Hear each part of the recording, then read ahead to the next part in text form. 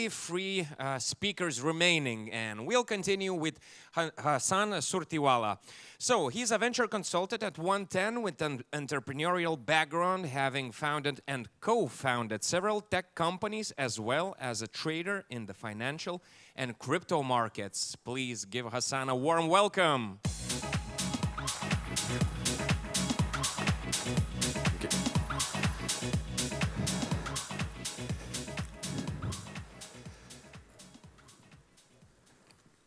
What's your traction? What's your go-to-market strategy? How many users do you have?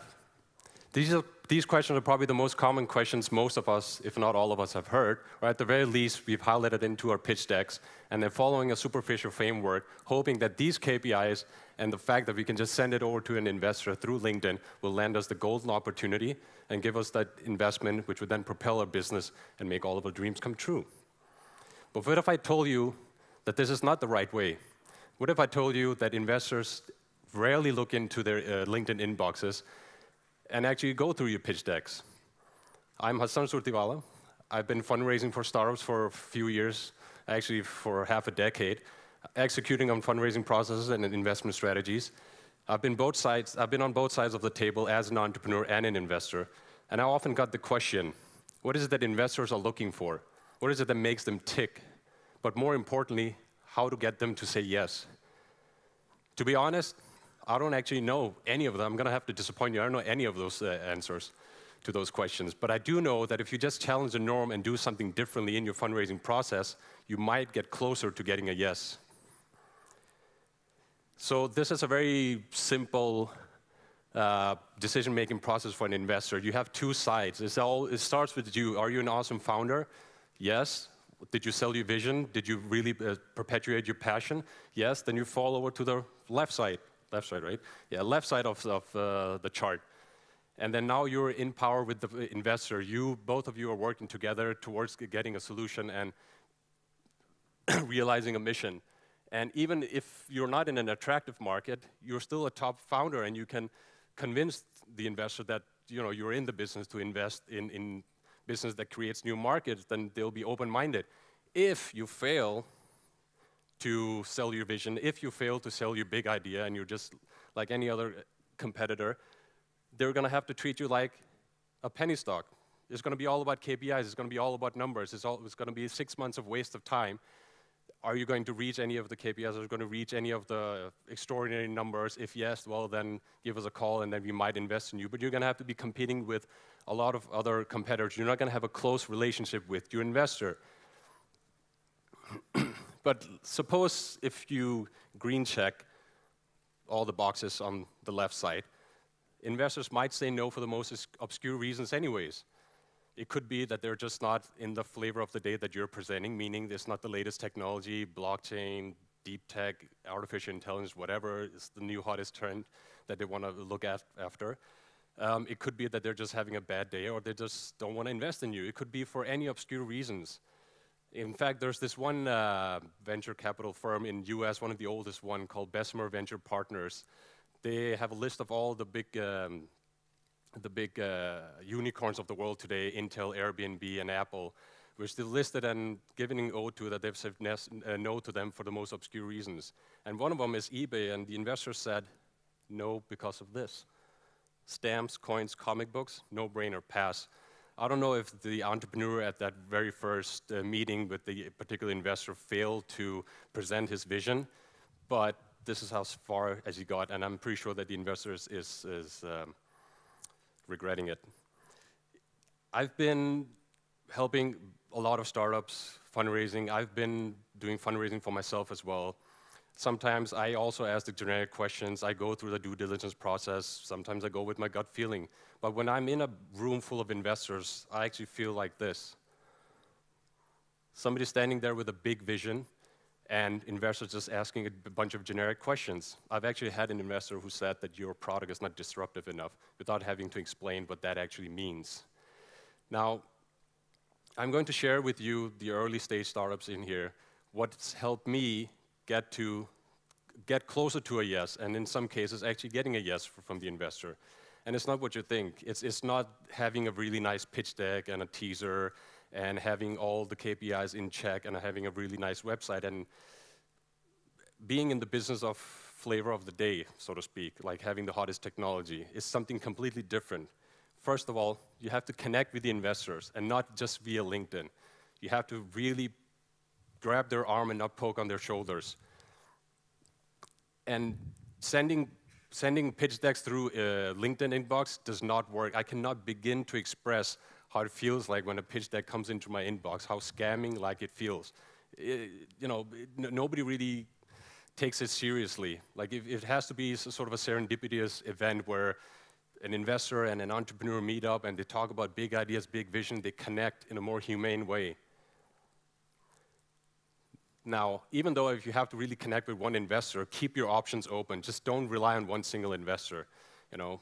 You have to make sure that you are not sort of giving all your options. I mean, you're handing all your cards to one investor. You have to be sure that other investors might be interested in you as well, because if one investor says no, you have something to fall back on. But just make sure that you choose the right investor. Be a custodian of wealth. Don't blow it on champagne and fancy offices. And what do I mean by that? You have to give the sense to the investor that you're going to spend the money wisely. You're not going to squander it on making that exponential growth curve or being a really fast growth company. You're going to really demonstrate that if I do 1, 2, and 3, X, Y, and Z result is going to happen. And for God's sake, like I don't know if there's any early stage startups in here, do not, by any means, do not make those pie charts with 3 slices, which is like, excuse me, which just shows percentage-wise how your money is going to be spent on R&D, marketing, and sales. Be really precise on how you're going to spend the money, because in the end, essentially, it is investors' hard-earned money, and it is the limited partners' hard-earned money, which is they're taking a bet on you, so have that respect. And then showcase them to them. Don't just talk about it, actually show it in a plan. Next, treat investors like you would treat your customers. Segment your investors. Are they investing in your region? Are they into your particular industry? What about the price that you're offering them? Is it a fair valuation? Is that the price that you would pay for a startup if you were to invest in it? Treat them like you would treat your own customer. Be like a job candidate. Don't apply like anyone else. And what do I mean by that? We've all heard about the job candidates who lands really cool jobs. They're usually referred by someone, or they met somebody at an event, or a current employee referred them to the boss, and then they get the job. And the same in the VC industry, at least what I've experienced. It's the existing founders who refers some other friend of them who's building a really cool project, or you get referred to them through an event. It's not just handing in an application, or in the case of startups, handing in a pitch deck and then you're selected. Prove your market as much as you can. Like when you have an idea, make sure that you've stretched it as far as you can. Bootstrap before the strap actually snaps. Because if you're just standing there with an idea, investors are not really going to have anything to touch and feel. They have to get the sense that if they put their money in you, and if you made it this far without any money, imagine what will happen if they give you some money. So prove your market, get some clients, get some pilot partners, anything that could just prove that there is actually interest for your idea. Now, make it about you. It's referring back to that chart that I was talking about in the beginning. How are you going to change the world? What's your big idea? What's your obscure vision? And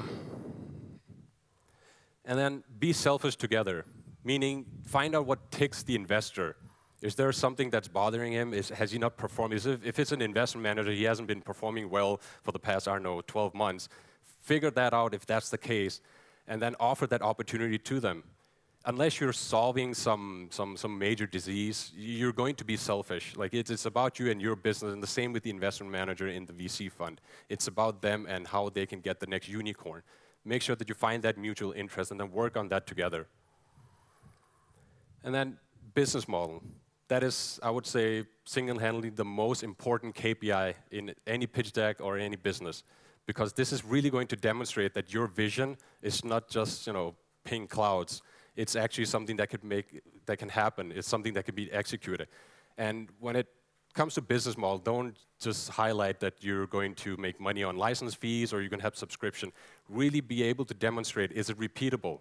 Meaning, is it a one-time offer or are you going to get a recurring income? Is it defensible? Meaning, is it easy to be copied or are you able to protect your business model within the particular business and software you have? Is it expandable? Can you expand it into other revenue streams? And then finally, when it comes to fundraising, challenge the norm. Don't just spray and pray and send it out to any other investor that you meet and then hope that they will be able to see the connection between what you're offering and what they're all about and then eventually invest in you. You are entrepreneurs after all, I assume. So challenge the norm and do something different. Get out of your comfort zone. Because if you can just all do that, maybe, just maybe, those questions which I mentioned in the beginning will stop and we won't have to live to see days like this anymore. I don't know if you remember Elon Musk a few weeks ago said this to his investors. And I think if you can just challenge the norm and do things a bit differently and really connect with the investors in a more humane way, I think investors will start asking more interesting questions like, how are you going to change the world? What are you aiming to achieve? What are you building? How can we help you get there? And you just might get closer to getting that yes. Thank you.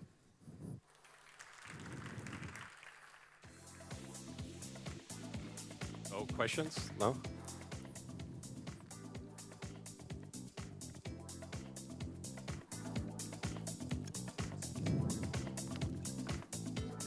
That's it? All right, thank you.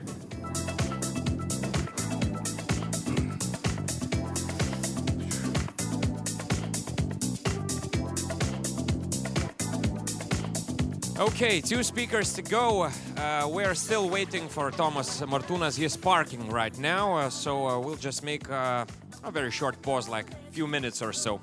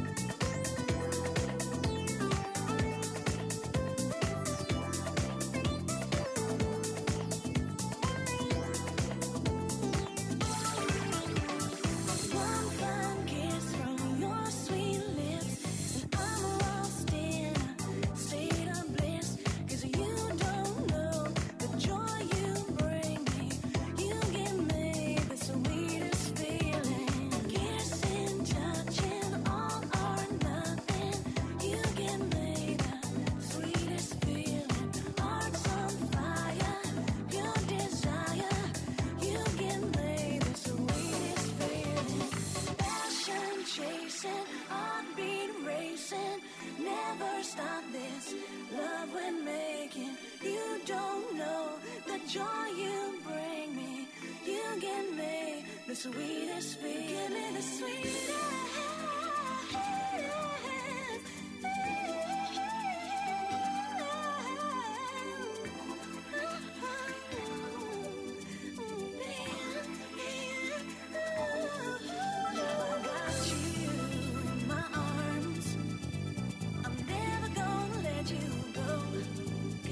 such a good love that you're giving me. And baby, I'm needing you to know, ooh, that when you touch me, it's like a summer breeze washing over me, like a sweet release. And I think I found what I'm looking for. I want your loving, baby, forevermore.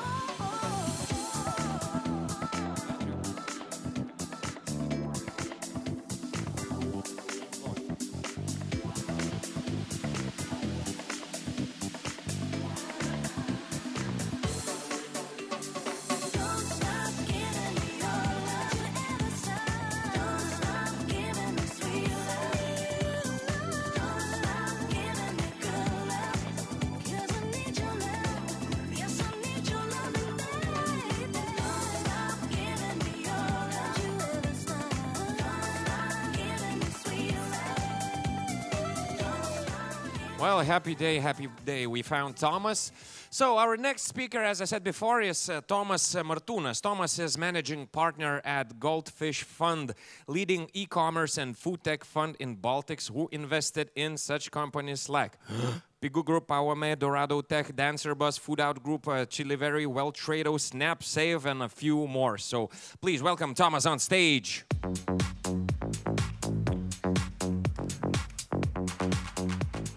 Hi, everyone. Any expectations? Silence. Okay.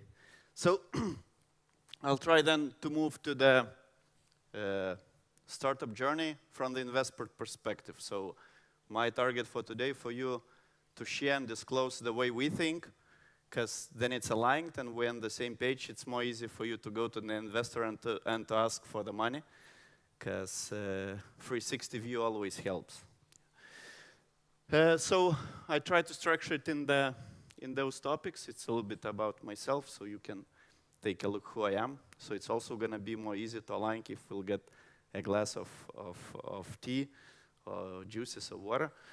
Then the logic how we see at the cycle of the business and how it develops and how it develops your valuation and when you become millionaires and then we become millionaires.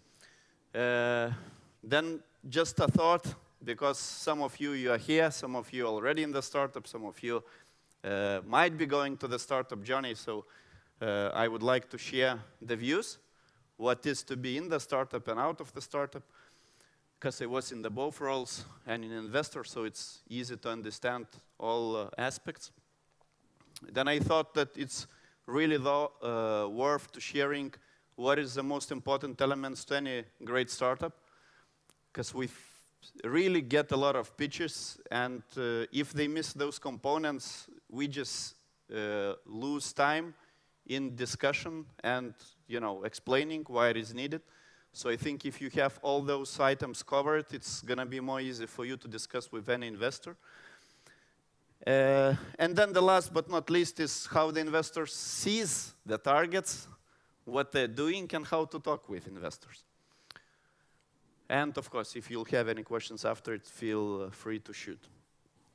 So myself, very long time ago, I used to work in SEB Bank and then spent 4 summers in Work and Travel USA, doing a lot of black work, cleaning tables, doing pizzas, a lot of other things.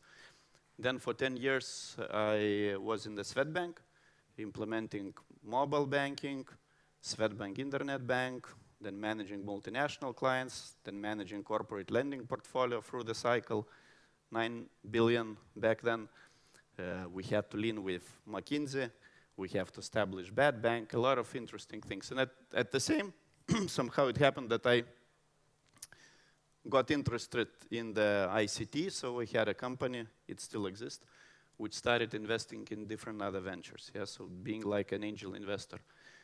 In Mobile Free, got funded, now going busted, ecology discount card, private kindergartens network, app camp, app development company, tried different Kickstarter methods, and eventually I ended up in the Goldfish Fund, which is providing investment capital for this. Now about Goldfish Fund. So we have few companies which here you probably quite well known, like Pigou, Food Out, Chile, and then there are few which we did a lot of investments in different various markets, like in Iran, Kenya, Nigeria, South Africa, just to try the big markets, because big markets is also a very important thing. And last but not least, few companies which we're doing now, for us it's important that they are really disrupting something. Yeah, so like Dorado, Voltrado, it's on the blockchain, or Dancer Bus is about really disrupting electro vehicles in the bus space. Business development cycle. Yeah, so it always starts from the idea. And they call it valley of death, because you probably meet here, generate some ideas with a glass of beer, but eventually from that idea, then you start working on it. Usually in the first 3 months, everyone dies. Yeah? Therefore, it's called valley of death. I hope that you are going through. Then you're going through. Eventually, you cannot, cooking PowerPoint presentation or Excel, come and say, give me money. Yeah? Usually, it is set it up. In Lithuania, it will be set it up this and next year. Different programs. Yeah? You go to triple F, it's meaning friends, fools, and family, in whom you ask money. You go to business angels. It's very simple. You look at your sector and think for the another companies who are great and the shareholders behind, and you ask, could you finance me because I'm in your field? This is like Vladas Lašas probably does, yeah, in what he knows. Then there will be accelerators. There is a Meta who provides the grants, e-checks, and others. So this is actually who should be financing you, or you finance it from your own pocket. So then probably there are nobody. So here is the most important target. I would say that you need to create some business plan. I say then it's in Excel, in PowerPoint. Usually it doesn't cost a lot. And also you need to collect team, because the great startup, it's all about team. Then you pass it through that valley of death, and you got some money, and you already maybe have some prototype. You interviewed customers. You did a little bit more research. You can come to the seed funds. Yeah, there are a few, and even more will be launched this year. I think it's going to be more than 150 million capital deployed for the seed investment, so which is quite a lot for Lithuania. It's more than 150 companies will be able to benefit out of it. Yeah? So the ones who are not in Lithuania, you can always reallocate to Lithuania, yeah, and set up here the company and got the financing. So, yeah, and here you need, of course, to develop, get first traction, do some monetization test, do go-to-market plans. And here you can expect that probably with the first tranche, you're going to get up to 300,000 US dollars, yeah, which is like 250,000 euro, which is quite enough for any startup to run away at least for 12 months, to invest and to move the idea a little bit further. If you are succeeding in that, and this is what usually venture capitalists do not believe, then you come with a business plan where you say, I'm going to break even in 6 months. I'm going to break even in the 9 months. So nobody expects you to do that. Everyone understands that probably for 2 years, you're going to be burning money. And maybe in the year 3, you're going to be showing money, yeah? And maybe you're going to break even. So this is just a small recommendation. You don't need to put those unrealistic plans for yourself, because you're going to get yourself quite big pressure. And also, then investor, you'll have a hard conversations why you're not reaching KPIs, why you're reaching only 20% of it. Yeah? So put yourself assumptions first. Second, be very realistic. And then, of course, if you are successful, I think there are a lot of capital available in the market, not only in Lithuania. So you can get from venture capital funds. Probably the main fund which invested in you, if it's allowed, they will need to follow up. They should follow up, because if they not follow up, then probably there is something wrong with you. Because any investor, if I'm happy with my company performance, it usually will follow up. So this is also keep in mind. This seems to be like a simple thing, but your investor who invested, by definition, should follow up. With what amount doesn't matter, but it just shows the belief. Then how it's developed from the points of valuation, yeah? And then you might be losing the control. So in the seed, you have an idea which is worth 0. So share it, with others, collect the team, do something good, and maybe you'll get some, valuation. So then you get seed investment. Let's imagine of 200,000. Usually the split will be like that, meaning that if you got it on the post-money valuation of 900,000, a million, so with the old money litas, you're already millionaires, yeah? With the US dollars or euros, you're still not. But you're probably gonna keep around 70%. The fund or the seed investor will take 20, maybe 30, depending on your negotiations. And then it will be asked for you to form the ESOP, which meaning employee stock option pool, which would be allocated to the most important people, which you might be need. Then you're gonna be on the startup journey. Then, if everything is good and you got whatever, Series A 1.5 million investors, then all founders probably became millionaires, and you're still probably gonna be having a control, because the first investor will dilute, and from 20 it will become 16%. A new investor will have around 20%.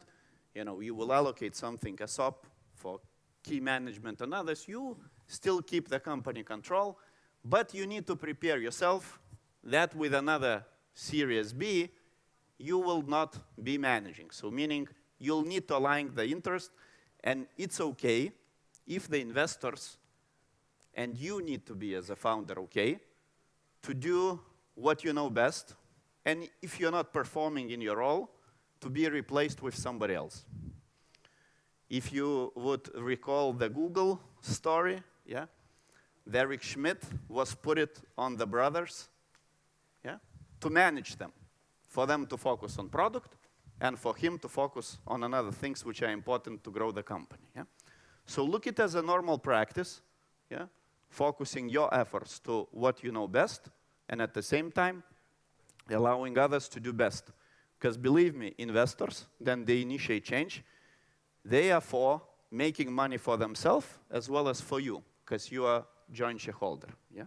So look always from the positive perspective and ask yourself why they initiate that. Yeah? So that is magic question why.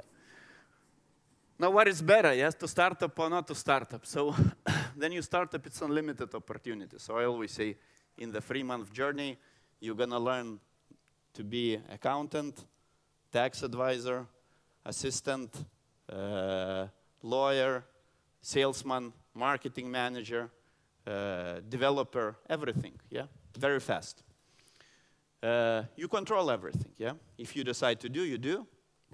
You decide that you need to a little bit twist your strategy, you twist your strategy and you go to another direction.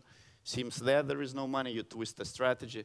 Recently you saw that Rafi, one of the startups, just decided that they're gonna be doing ride-hailing, yeah? So this is like totally like twist out of what they are doing, yeah? But you are flexible. And this is the first learning journey. At the same time, it means that it's great responsibility. Then you start hiring people, so you're becoming responsible for those people, yeah? For their families. So you need to take into account that, yeah? There is always multitasking. So you need to really become very good in the time management and in prioritizations. And it's total devotion. So meaning the venture capitalists don't like people who having, oh, I have this idea, that, and that. If I invest, I would like you to be fully focused on that particular business, yeah? To develop and to succeed. So this you need to take into account, and this is very important for yourself, because then you can really achieve something. If you're employee, your work finishes at 6 o'clock, bye-bye, yeah? It's easy, no stress. In some probably jobs, you still need to work more, but in general, it's no stress. It's a shareholder stress, the company stress, whatever. If you perform, finished, I go with the guys with a beer, that's it. Usually it's specialization, so you have like certain mandate that you do this, and that function does somebody, that's it. So you passed it, maybe they performed, maybe not. Some blended result hopefully appears, but your responsibility ends somewhere. It's startup, you need always to work as a team, help each other, cover each other, learn, and do. And there, of course, there is no salary cap, but usually the venture capitalists don't want to overpay. because they want you to be focused on the long term rather than on the short term. Yeah, you got the investment, you sit it in Lambo, you drive it, or Tesla. No, none of the investor wants to see that. Investor wants to see that you are still hungry, and you want to succeed, and you want to make money for them and for you. But not now, but for the future. So you need to just yourself, yeah? And if you're in the startups, usually your day finishes at 1:30, then you realize that probably need some few hours to sleep, yeah? Because there's always plenty of tasks on your table to do. And my 2 cents, just to finish this slide, is that strive for your desire, but do what you know best. So eventually focus with a team, make it that each member complements to each other, and then finally ensure that you actually collected a good team and everybody does what they know best. Then I borrowed it from Sequoia Capital. I think this is really like most important 10 principles, yeah? So take it into account, because through all my journey, now like 4 years in investing, I think this is the most important principles. So first, yeah, summarize the company business on the track of the business card. If you don't know, or you cannot do the elevator pitch for investor, what your company does, and it takes you 3 to 5 minutes to explain, it's really bad. So think about 1-2 sentences, which actually helps you to summarize what you do. It seems more hard than it looks, because then you sit down, you need to know how to do it, and then you need to make sure that if I ask another founder, he will tell it in the very same wording. So I'll not get talking with three founders, 3 different answers, what the startup is all about. So this is important, and this is what everything starts from. Second, large markets. Why large markets? Then there is a billion-dollar market. It allows you to do a lot of mistakes. If you do some mistakes, let's give you an example with food out. You're late with delivery. Customer are not happy. They're not giving you a second chance. That's it. You lost that customer forever. Yeah? So if the market is too small and you did too many mistakes with too many experiments, you're really bad in the situation and you somehow to recover your brand. So this is very important in general. And the big markets allows you for more opportunities. If for the small market, probably number 1 takes all, maybe there is an opportunity for existence for number 2, and maybe a little bit business of number 3. So then in the big markets, probably it can be 5 players. And being the third, you're still making a bunch of money. Yeah? So going in the small markets from the venture capital perspective, there is always upside opportunity. Because you always think about, when you invest, how fast you can grow. And in the small market, it's really hard to grow 10x. But in the big market, if you captured certain segment, it's really quite easy, if you are successful and if your product is really good, to grow it fast. So really focus from the very beginning to the big markets, because that would allow you, if you break through, to grow faster. Rich customers. Rich customers, more easy to pay money from their pocket. Very simple, yeah. Because if you go to the markets, we have very low GDP per capita. Then you calculate food, education, you know, bank loan, rent, utilities. Eventually, you see that there is no money. Yeah. Then for any additional thing, which is might be needed, might be not, I'm not spending money. Yeah. So it becomes, for the product which is not like really painkiller, it becomes really hard to take the money from the customer. Because in business, it's eventually customer needs to pay for a whole game. Yeah? So then you focus on the, I'm not saying that on the, for example, we have a Pavami in Kenya, which solar off-grid company, which solved the problem replacing the fuel lamps to the solar energy for the same cost. Yeah? So you can make money also on those segments. But for those segments, you need to deliver value with your product from the day one.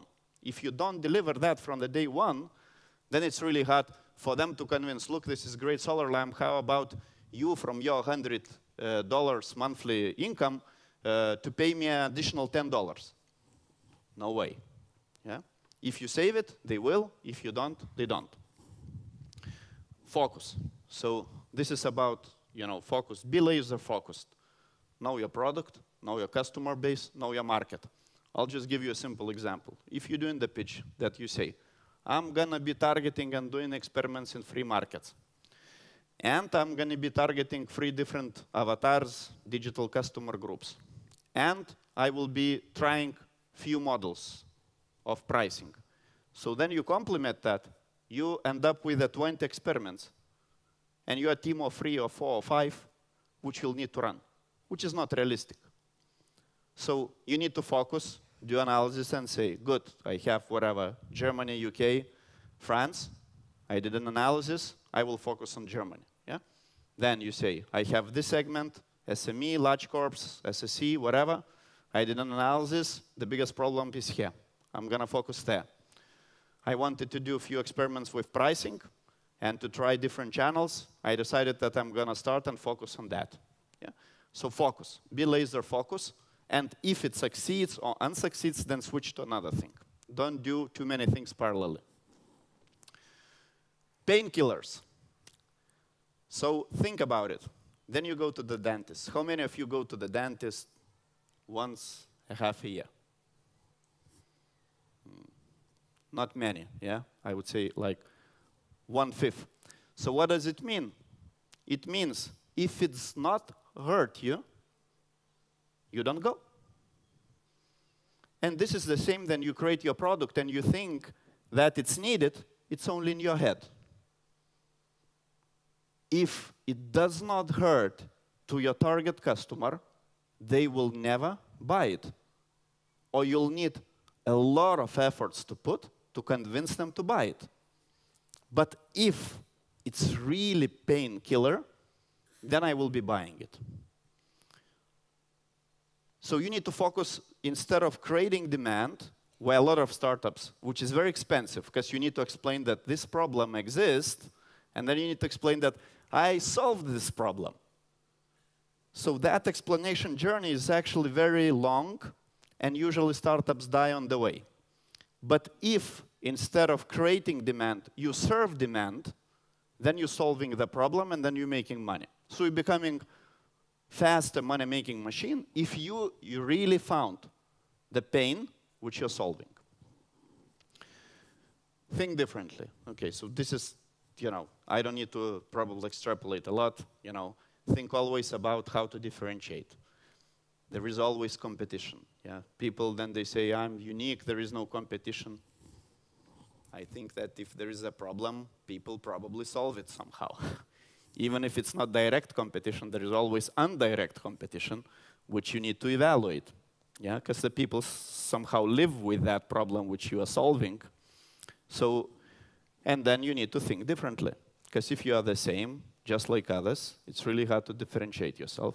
It's really hard to market. It's really hard then the customer starts comparing you with others and ask how different you are, and you have no answer, then you're in the problem. Yeah? So that answer, competitor analysis, and key differentiation point of view, or unique selling proposition, USP, you need to have it written for yourself and for investors. Team DNA, yeah. There is a psychological proof which is set, very simple principle. A-level people attracts A-level people. B-level people attract C-level people. What does it mean? Then the guys are really experienced. They usually want to work with the guys who are also experienced like them. They don't afraid to share. They don't afraid to argue. They don't afraid that, something will happen bad. B-level people always afraid that somebody whom I hire might be smarter than I am and can overcome me. Then they hire C-level people. And then, through the cycle, company becomes a bunch of shitty people who doesn't know what they're doing. So this is very important. And therefore, in the startups, usually, if you understand that you miss certain competence, then you try to attract somebody on the board level to commit capital or commit their time so they can drag you up with the competence and would help you to uplift your team to really become A-level people. So this is very important, yeah?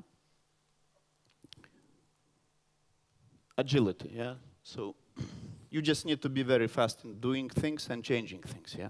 So corporate, if we decided that we need to change some program, some of the things, then I left Swedbank, they were implemented just like last year, like customer service programs, which take for the bank 7 years to do, you know?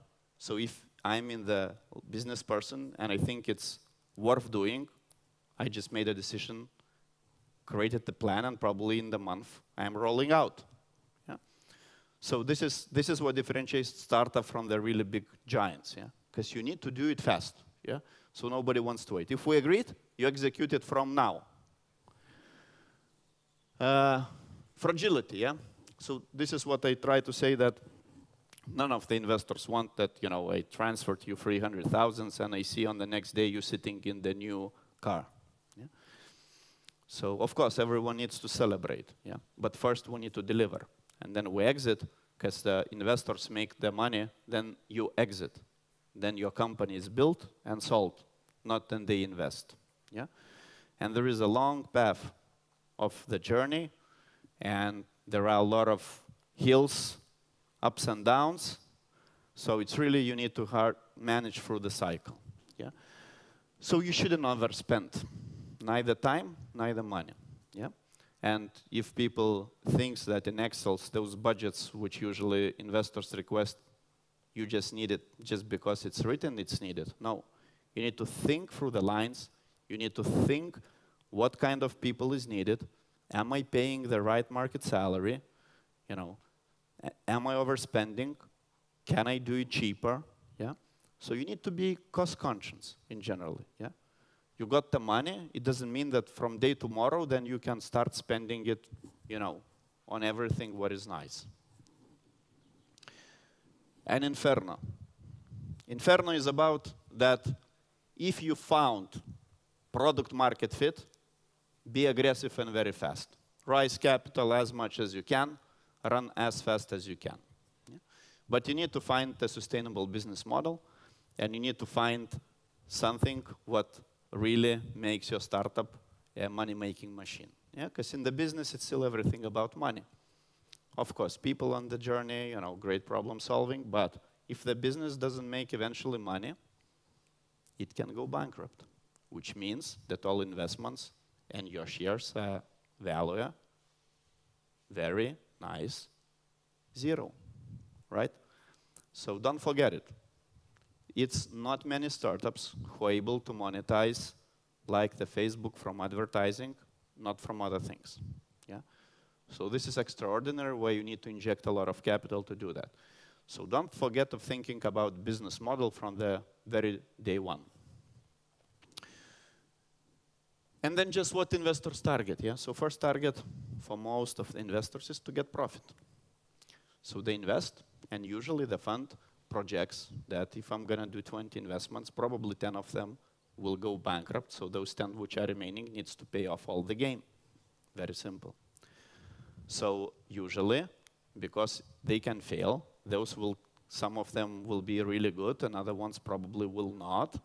So then I expect quite high return. So the capital of the seed investor and the return, there is a really high expectations. Yeah? If they invest for the 5-7 years, they expect that you will do 10x. They will make money. You can run that calculation yourself, because if you're not doing it, then eventually you'll have a quite difficult conversation with the investors. So this is just how investor thinks. Some of the investors do as a capital preservation. But this is maybe for the later stage of you. I have a lot of capital. I see a quite good startup. You're already cooking quite good EBITDA. You just need for expansion. I'm okay to support you to expand to another market because I believe that you're going to make me money. Yeah? And maybe 10% return is fine. Yeah. Then synergies. For some of the investors, it's okay. I'll give, I don't know, Didi in China is okay to buy Offer. Yeah, Didi is just like a Uber, and Offer is bike sharing. Yeah. So if I decide that I want to go to all transportation, not only cars, then for me it's kind of nice market fit to take the bike sharing company, which is doing quite good. Yeah.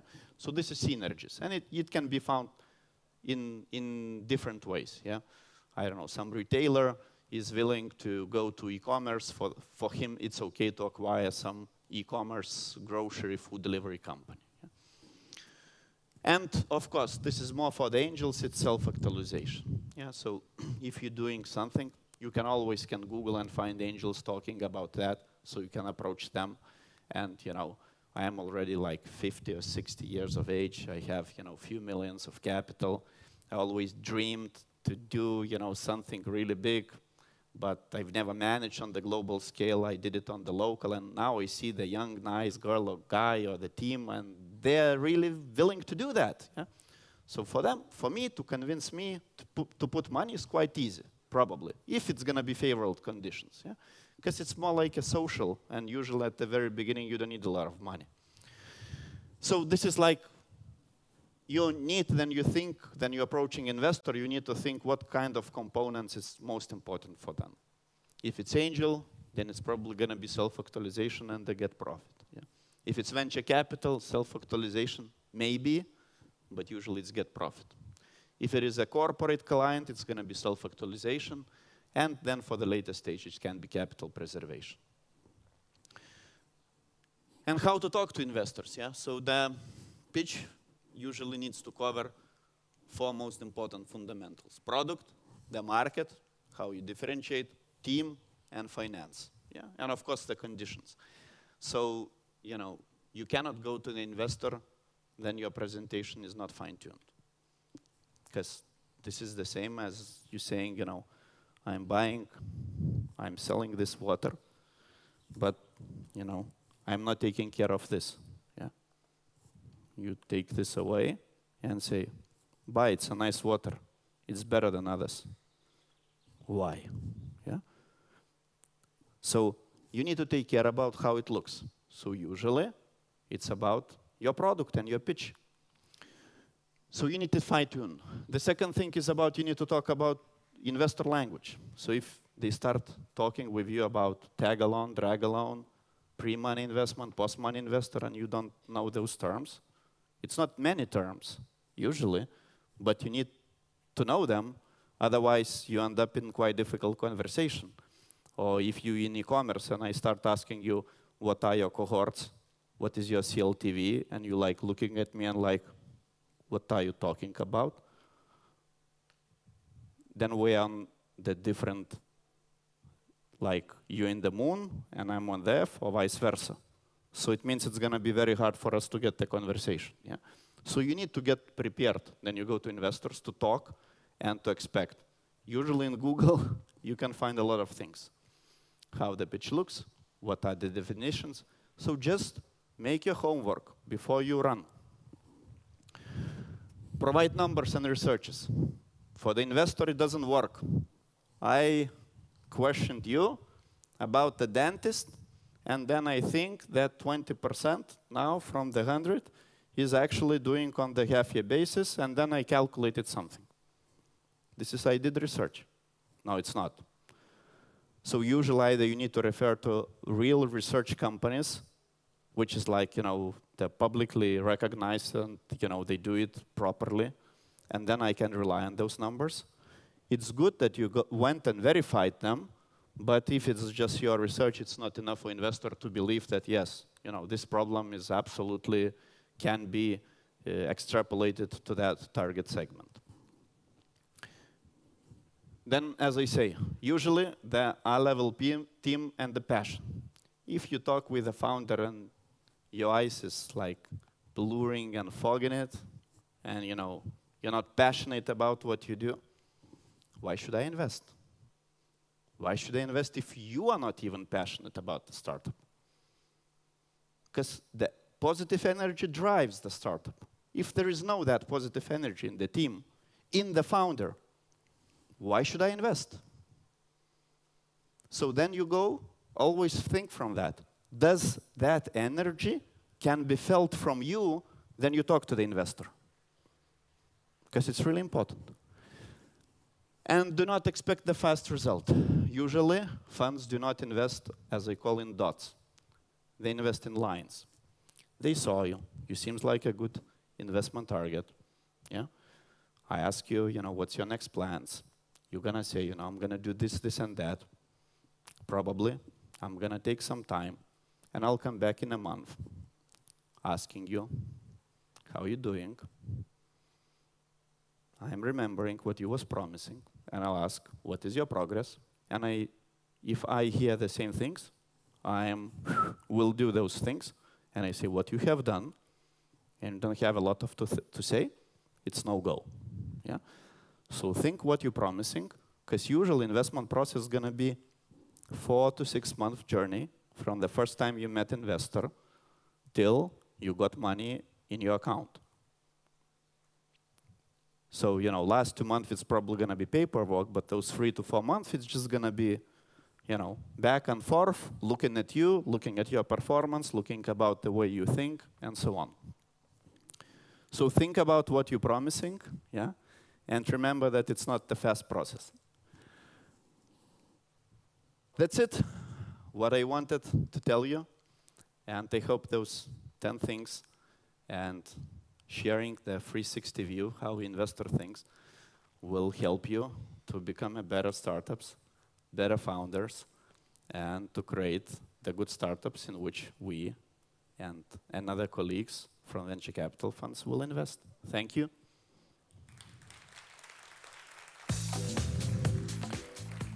I don't know how it's with Q&A. If there are questions, shoot.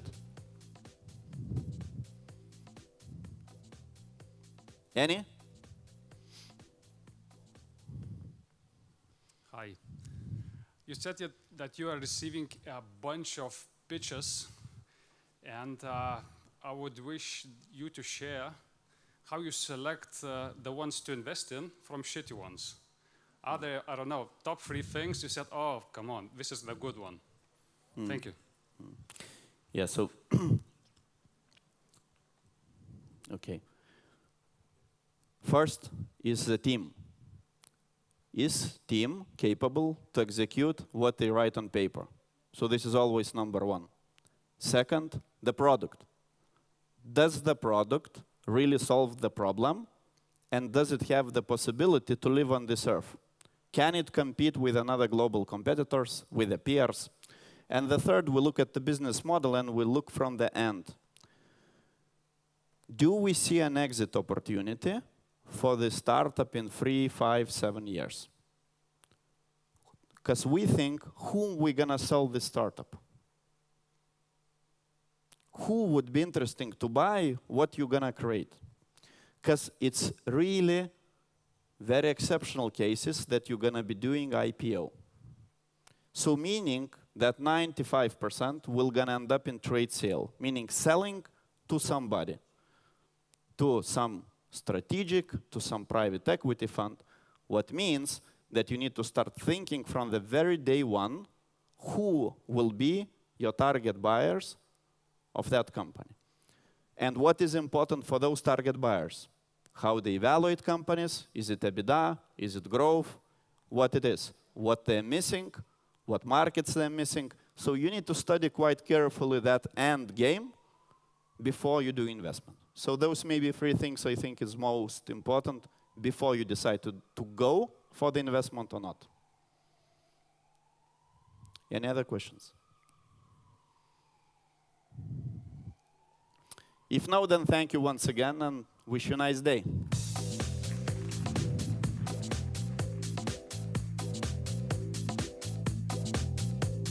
Oh my God, it's almost one of those tearful moments from Twilight, as it's time for our last speech by Skinner Lane. And Skinner is a founder of Exosphere, a learning and problem-solving community building the institutions of the future.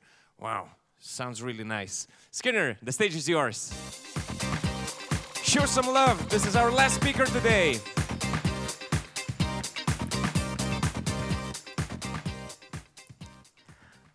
Okay, if you have ever had a conflict with a boyfriend or girlfriend, could you stand up, please? Any kind of communication conflict with a boyfriend or girlfriend or husband, wife, could you stand up?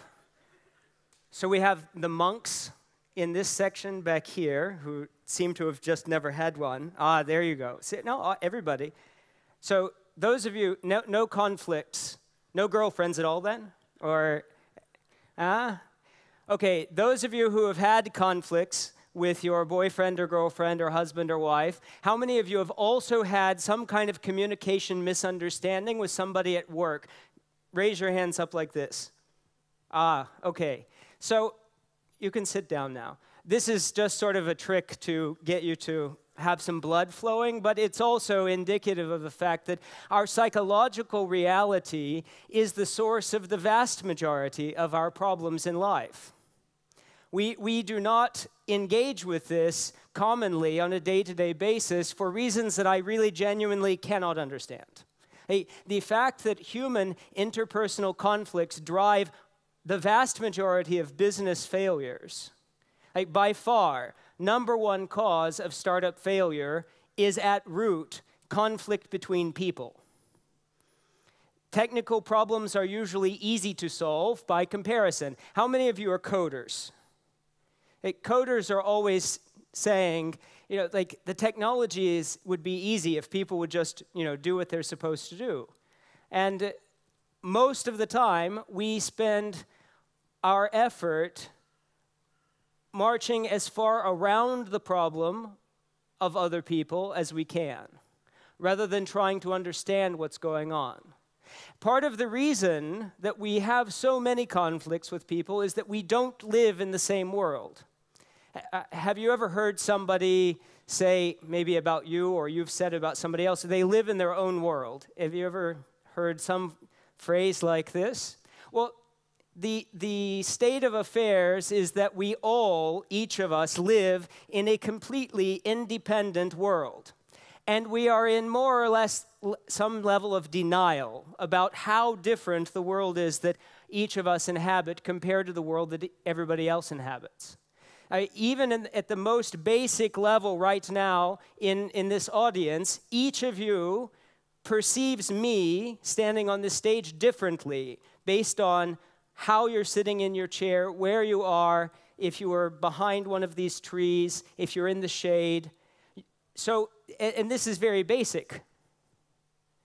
Your impression of today is going to be different than everybody else's impression.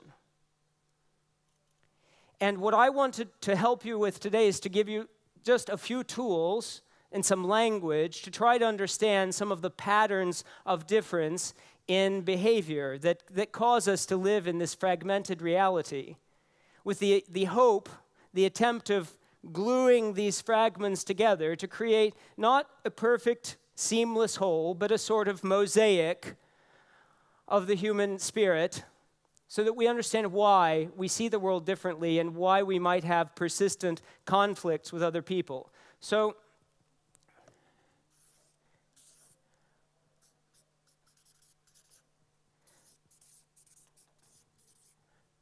okay, I don't know if they can zoom in on the whiteboard or not, but anyway, yeah, perfect. So, one of the differences between people is whether or not we are oriented temporally, that is in sequences, or spatially, that is in a context. Now, people who have a temporal orientation in life are thinking in sequences of events. Life is mapped basically by this thing happens, then this thing, then this thing. And so tend to operate and organize their map making of reality by thinking in terms of instructions or plans that have steps. Strategies are thought of as, I do this, and then if it goes this way, then I'll move here, and if it goes the other way, I'll move here.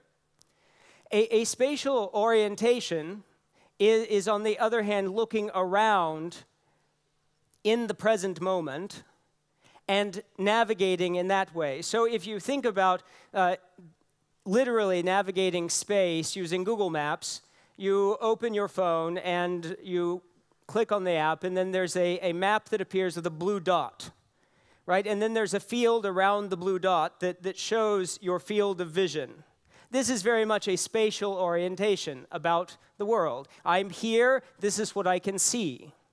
A temporal or sequential orientation is I'm here in this moment, and then I will be in this other place in the future moment, and I'm trying to organize all of my states of affairs in the meantime to have a more optimal future state of affairs. Now, you can imagine that this might result in very different patterns of communication or preferences. Have you ever been on a vacation with your romantic partner where one of you wants everything to be planned out? You want to know exactly how you're going to get to the airport, get from the airport in the other city to the hotel, and then where you're going to have dinner each night, etc. And the other person says, well, that ruins all of the fun of going on vacation. That sounds like work. I just want to, we'll figure it out when we get there. Anybody ever had one of these kind of experiences on either side of it? Okay, and in a business, you might imagine similarly, somebody who says, well, let's just write some code and see when it breaks, versus, well, no, we need to plan it out. We need to know we're going to build this and then test it and then build this, and then if it goes this way, we'll do that. And then there's a huge conflict. This often happens between business people and coders. This is a very common set of conflicts. And the reason that you might think that these conflicts happen prior to now is, oh, that person is just stupid. They don't understand that if you do it that way, it won't work. But what you're not accepting is that both sides are saying this. And the reason both sides are saying this is that they're coming at, like they're perceiving the problem from an absolutely opposite perspective. And when we mix this with the approach that we take to making our map of reality being either objective or subjective, the objective person is concerned about communicatable facts about reality as they think it is perceived by everyone. So somebody who wants concrete evidence that this is true or false, very concerned about the rationality or logic of a certain plan, versus this sort of gut sense or individualized perspective. I can't really explain why I think we should do this, but I know deep down this is the thing we should do. Anybody ever been in one of those communication conflicts before? Anybody ever get really angry at the other one for demanding something that seems so unnatural? Yeah, it's like if you're a subjective person here and saying, I cannot find words for it, but I would put my life on this, and somebody else is saying, no, but you have to put words on it, or I won't listen to you. This is painful. It's like wearing shoes that are 2 sizes too small, and vice versa. Like, well, what do you want to do? Well, I think we should do this because of this. No, but what do you want? Now, I don't want anything. I'm just trying to look at the facts. Yeah, but you have to want something. You see the debate? And you see why this is going to cause all kinds of perpetual conflict, patterns of conflict, not just isolated incidents. So when we combine these phenomena, we get an even more problematic picture. So I will start down here in the lower left quadrant, and in part, what I'm going to do next, it usually is a little bit jarring for some people, but I discovered that humans are strange in the fact that they're more honest about their shortcomings than they are about their strengths. That people are more able to recognize their negative traits than their positive ones. And the reason for this is that we don't aspire to have more negative traits. So we don't sometimes foolishly imagine ourselves to have negative traits that we don't have. On the other hand, we aspire to take on new positive traits. We wish we could take on those traits, and sometimes we foolishly convince ourselves we already have them. And this is one of the reasons that most of the research in psychological profiling and typing is so inaccurate and flawed, because we're just really bad at self-assessing. So I've tried to create a bit of a model that, and some names that help you to be kind of hopefully humorously honest with yourself about where you might fit. So in subjective space, there's this blue dot on the map, and from the subjective perspective, it's about what the individual wants, feels, and perceives. Not concerned about making that case objective, explaining, putting words to it, but just moving around, seeing what they see, doing what they're going to do, and not really needing to explain it to anybody. So I have nicknamed these people the narcissistic prima donnas.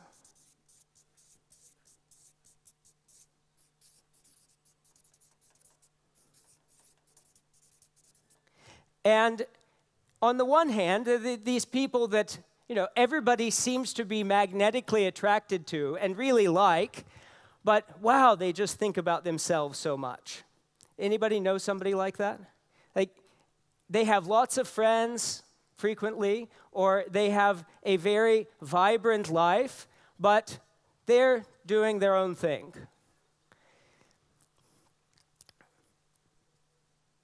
In objective space, and it's important in both of these, the principal consideration is about what's happening now, the way things are in the present. And the reason that this is important, and the reason that the prima donna is the way that they are, is that in the now, there's only what I am feeling, wanting, or seeing in the present.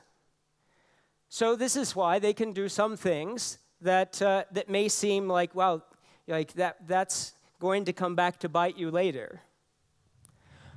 But it's simply not on the radar. It's not a consideration. And similarly, in objective space, the only consideration is maximal precision, being right, making sure that whatever is happening is the right thing to do as it is observed. And it also means communicating in a way that does not take into account any other consideration.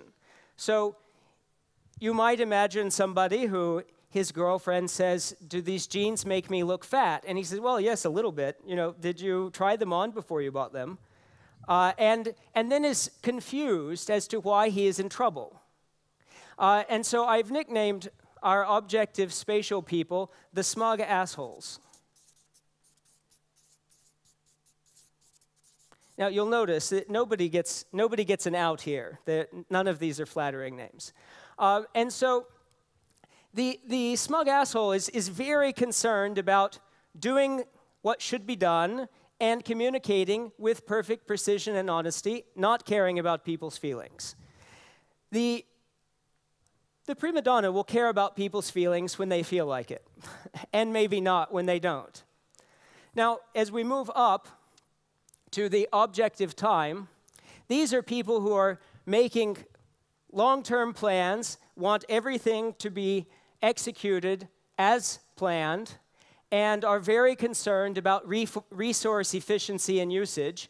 And, people's feelings are just resources that fit into the long-term calculation of whether something will work or not. And if those feelings don't happen to contribute to the achievement of the long-term plan, well, then they have to go. And so I've nicknamed our temporal objective people heartless bastards.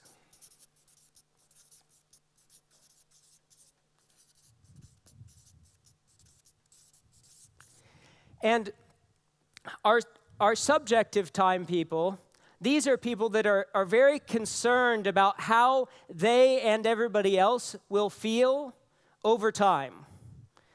Very concerned about all of the subjective feelings.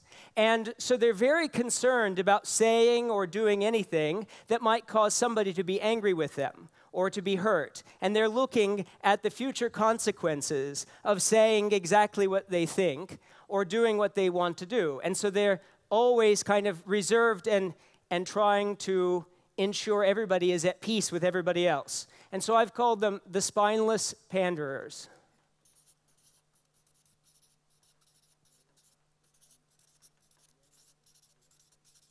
So you notice that in the diagonals we find the opposites, or what Jung would call our shadow. So the smug asshole is saying exactly what they think, even if it's going to piss everybody off. And the spineless panderer won't say what they think up to the brink of death, almost. Or, you might have experienced this or witnessed this in somebody else, where one of these lovely spineless panderers seems like the nicest person. They're in a very stable relationship. And then one day, a volcano erupts. And everybody is confused. Where did that come from? You're not like that. What happened to you? And the reality is that it's been crammed down inside for so long that at some point it becomes unsustainable and erupts. So, and you see here that the same opposite principle. The prima donna is doing what they want to do in the present, as opposed to optimizing everything for the achievement of some long-term plan, which must on paper be justifiable to other people. So I happen to, I guess, have gotten an early start thinking about these things, because in my family of 4, we have one of each. And so I grew up with all of these fun conflicts. And then I got into to school and university, and I found all these same conflicts repeating. It's like I was meeting the same people over and over, and they were having the same arguments over and over with different words around different circumstances. And then I got into business, and it went off the charts. All these patterns repeated with much higher consequences, much higher stakes. And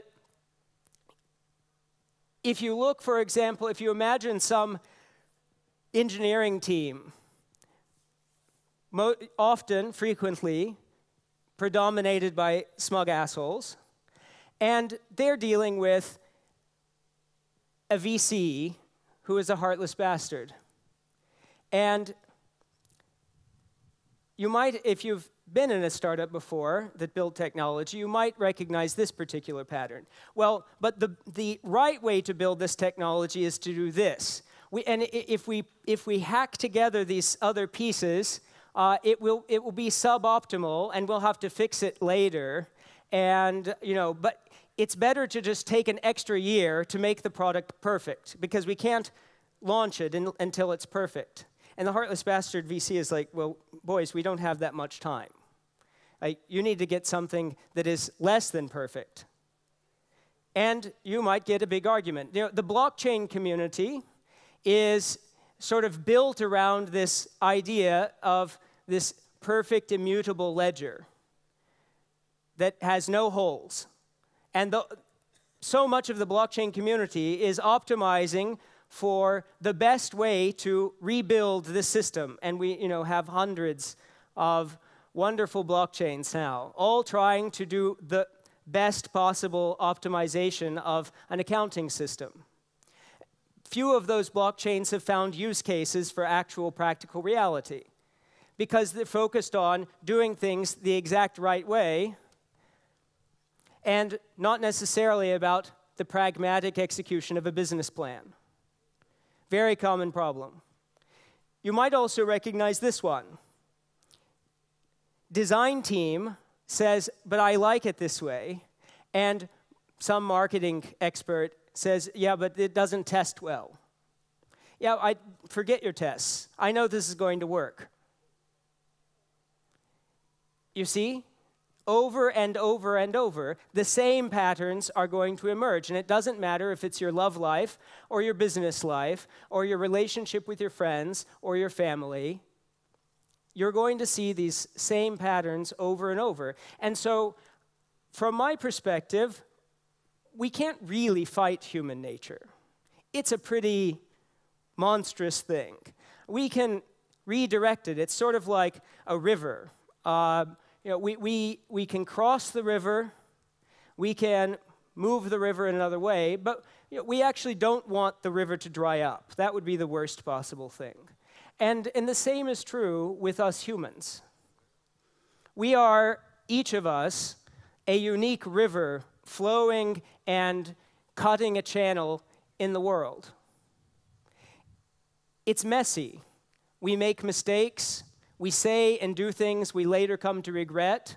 And one could say, this human nature thing is just a big problem. But it's also the source of all of our creativity, all of our inspiration, all of our drive and passion to do the things that we do. We don't want it to dry up. We don't want to become robots. It wouldn't be optimal. It wouldn't be interesting. Life would be terribly boring. But at the same time, we are constantly engaged in stressful relationships with people we care about. And this is the key thing, is that most of our conflicts with other people are with the people we care about the most, the people in whose interests it is highest that we not have these disagreements and problems. And so the answer to it is, how do we understand our individual fragments that we're perceiving of reality? How do we look at those of others and start piecing them together? But this takes a lot of effort and a lot of time. And very few people are willing to engage in the level of honesty with themselves, even more than with other people, that's required to understand at a granular level why you do what you do when you get up in the morning. Each of us has this sort of self-executing law that when we wake up, it kicks in and is driving us to do things. How many of you think that you have total control over your actions? That you get up and everything you do in the day, you decided to do? How many of you think that? Yeah, it's almost inconceivable to think that anybody has even a tiny amount of control over this. And the reason that we are under the delusion that we do is that we feel like we have this active, empowered will. Because, I decided to get up and go make that cup of tea. You sort of did and didn't. Like there's a set of perception. Like why would somebody else in the exact same situation, and maybe let's say even the exact same physical sensations, not get up and go make that tea? For example, one of it might be that it's not the appropriate time of day to make a tea. And the heartless bastard was, well, this is not the time. I don't drink coffee in the afternoon. And I want coffee in the afternoon. But I know that if I drink it, I won't sleep. And I fight myself throughout the afternoon not to drink coffee. And so for the most part, I just don't drink it. But I have a friend and business partner who, it doesn't matter what time of day, he knows it will cause him not to sleep that night, and he just doesn't care. He's like, well, I'll suffer with that tonight, but right now I want this coffee. You might imagine where he appears on the chart. And the thing is, you might say, oh, but in that situation, that sounds like this is better than this. In that situation, maybe. But let me give you another example. Imagine you're building a team, and you have a heartless bastard founder who has this perfect plan that they've set out, and they're trying to optimize the plan so that every step in the sequence is known to minimize possible failures. But then, well, when is the right time to pick up the phone and call a potential customer? Way before that plan is perfected. But, well, what if I don't know exactly what I'm selling yet? I can't do that. Well, let's call and try anyway. Oh, no, that doesn't, but then I won't get another chance with them. You see the difference between this sort of impulse to do things that you find down here in this subjective spatial quadrant versus the need for all things to be justifiable. If you needed everything to be rational and justifiable, no startup would ever exist or succeed, ever. The unpleasant truth that we're, especially since the Enlightenment, we're not inclined to embrace is that we are all highly irrational beings. We would really like to think that we're not, but we are highly irrational. And all success in business is based on some level of irrationality at the root. On top of it, hopefully, a nice rational business plan will be built and strategy executed. But the root, the core, the why do I get up and go do this, is always some irrationality. Why do you care about one thing instead of another? You can make up a story why you care about this set of problems and not this set of problems. You can invent a story. We're very good at inventing narrative ex post facto. But at the root, there's just something you feel attracted to about that set of problems. For sure, all of the people that this audience probably looks up to as heroes in the startup world, people like Jobs and Musk and so on, deeply irrational, deeply against what everybody, like all the probabilities. And I mean, Steve Jobs took his irrationality to the point of getting himself fired by Apple's board, and then going off and doing something again, and doing things the same way as he did before, in a very important sense. And he eventually gets brought back. The rational thing to do is to get a job. The rational thing to do is to look around you, see what everybody else is doing, and just sort of stay in line with that. Because your risk of failure is relatively low, but your risk of living is even lower. And the dangers of jumping out and doing things differently are minimized when you understand yourself and the people you're interacting with. You can reduce those risks by engaging in a practice of self and other understanding. Now I guess almost 16 years ago, when I was 16, I started the practice of journaling. And I didn't journal about what I ate that day or who I talked to, but really about my interactions with other people, how I felt about them, what I thought other people were doing or trying to do, why they said what they said, and why I said what I said. When I found myself after an event with other people where I did something I wish I hadn't done, well, why did I do it then?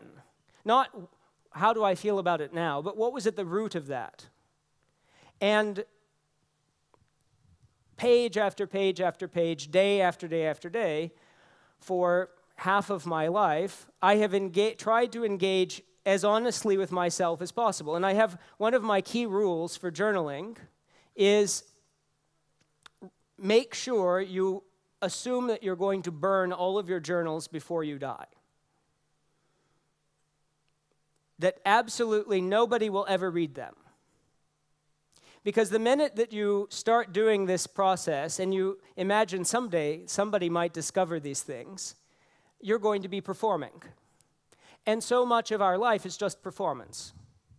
We are playing a role on a stage. We are trying to mask some set of laws, both with these generalities and with the specificities that are unique to each of you,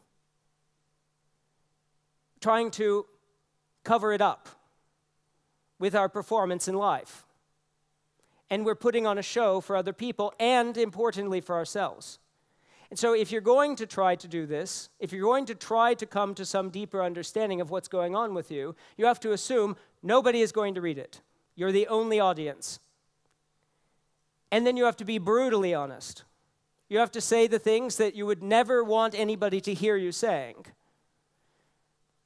How many of you have ever written something in ink on paper that you said, oh no, if somebody ever saw that I wrote that, they would lose respect for me or something? Have you ever done, few of you? Now how many of you have thought something that you said, if somebody knew I was thinking this, I would be embarrassed, they would lose respect for me, etc.? Okay, good, more hands. I highly recommend doing it in ink. It will change your perception about the thoughts. Rather than just quickly dismissing them, you say, well, there must be something there. Rather than just judging it as good or bad, you say, well, this is coming from something real, something personal. What is it? Where is it coming from? You may not be able to answer it. You may write the same thing over and over for days, weeks, months, even years. You might find a thought that you had now comes back to you in 5 years. And with a journal, you have a sort of accounting of your mind. I really do look at it as an accounting ledger of my mental and emotional states. And you can go back and check. You can thumb through and look for key words and say, I did have that feeling 3 years ago. What were the circumstances around it? And you can look. You can say, wow, this is the same thing that's happening to me now, and I feel the same way. I bet this sounds like a lot of work. Does anybody think this sounds like a lot of work? How much time do you put into caring about how you dress or your appearance? A lot of time? And we have one hand here, very quick to go up. Lots of self-honesty. I like it. How much of your time do you think about the food that you eat? Oh, quite a bit of time. How much time do you think about what you're going to do for a leisure activity on the weekend? More time. We waste a lot of time on frivolous, trivial things. Things that don't improve our own mental health or physical health, things that don't improve the state of our relationships, and therefore, things that don't improve our quality of life, but are rather just distractions from the problems that we don't want to take the time to solve. And all of those other things are going to be more enjoyable and more fulfilling for you if you actually solve the human problems that exist in your life. So, as they have not left the timer up here, I don't know how much time I'm supposed to be speaking. It disappeared. What time is it? Okay, great. So I would like to, you might notice I'm a very temporal person. I was like, okay, I think I'm running out of time. And it's true. So what I want to do is to leave you with a little bit of inspiration about this human journey, because a lot of people in the startup world are so focused on the immediate success of the current project and invest their whole life in that success. And there's no other way to do it. You cannot succeed building a startup if you don't go all in. It's impossible. But at the same time, all in does not mean your identity, your thriving in life. It means your effort, your energy, your time, but it doesn't mean you. And so many people in this world get trapped in self-immolation of the mind, of injuring the self because, I'm not succeeding, I'm not getting this as much as other people are getting, and I'm a failure, and it becomes self-defeating. And the vast majority of your startups, those of you who are working on them now, are going to fail, period. And then you have to decide if you're going to try another one. And this desire for life in and of itself is key to being able to get up, dust yourself off, and start again. So I want to leave you with what I hope are some inspiring words from Henry Wadsworth Longfellow in a poem called A Psalm of Life. And the word psalm literally means a song of praise. So this is Longfellow's praising of life. Tell me not in mournful numbers, life is but an empty dream. For the soul is dead that slumbers, and things are not what they seem. Life is real, life is earnest, and the grave is not its goal. From dust thou art, to dust returnest, was not spoken of the soul. Not enjoyment and not sorrow is our destined end or way, but to act that each tomorrow finds us farther than today. Art is long and time is fleeting, and our hearts, though stout and brave, still, like muffled drums, are beating funeral marches to the grave. In the world's broad field of battle, in the bivouac of life, be not like dumb-driven cattle, be a hero in the strife. Trust no future, however pleasant. Let the dead past bury its dead. Act in the living present, heart within, and God o'erhead. Lives of great men all remind us we can make our lives sublime, and departing, leave behind us footprints on the sands of time. Footprints that perhaps another, sailing o'er life's solemn main, a forlorn and shipwrecked brother, seeing, may take heart again. Let us then be up and doing, with a heart for any fate, still achieving, still pursuing, learn to labor and to wait. Thank you.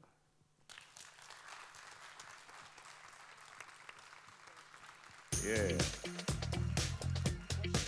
Questions? Yeah. Any questions? I do offer relationship advice as well. It's fine. Anybody?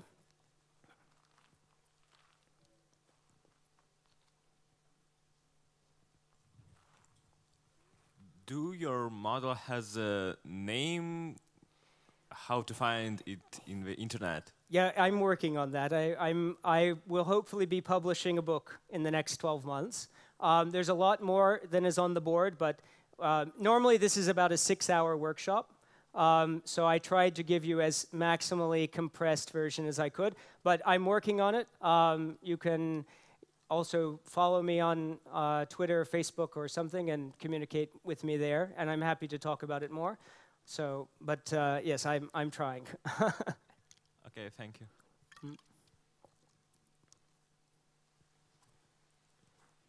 Anybody else?